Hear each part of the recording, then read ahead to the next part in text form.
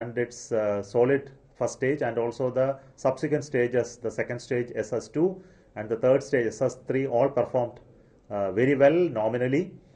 The entire vehicle performance was very good in the mission. And finally, when it reached an orbit and an altitude of 356 kilometers, the satellites were separated. Both EOS-02 and Asadisat were separated.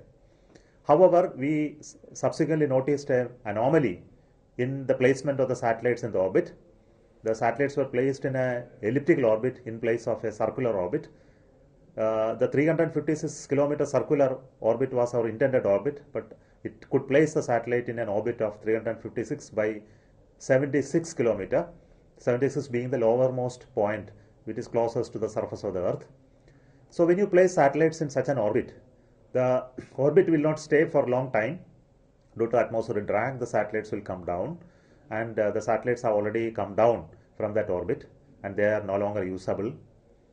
And we found that this issue related to the SSLV has been reasonably identified, but we will go deeper into it. It is primarily due to one of logic that exists in the rocket to identify a sensor failure and go for a salvage option. That means the system has a deficiency which we need to look at very carefully and correct it with regard to a sensor isolation principle. But for that problem, we couldn't see any other anomaly.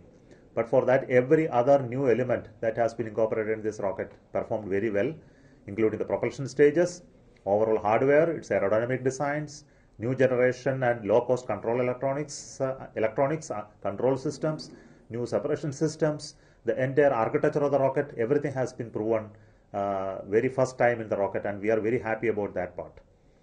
What we are going to do now is to identify this specific problem and why this isolation happened and why it went into a not acceptable orbit. We will go through a very detailed evaluation in days to come through an expert set of people who are working right now continuously from this point onwards, and they will come out with a set of recommendations which we can implement without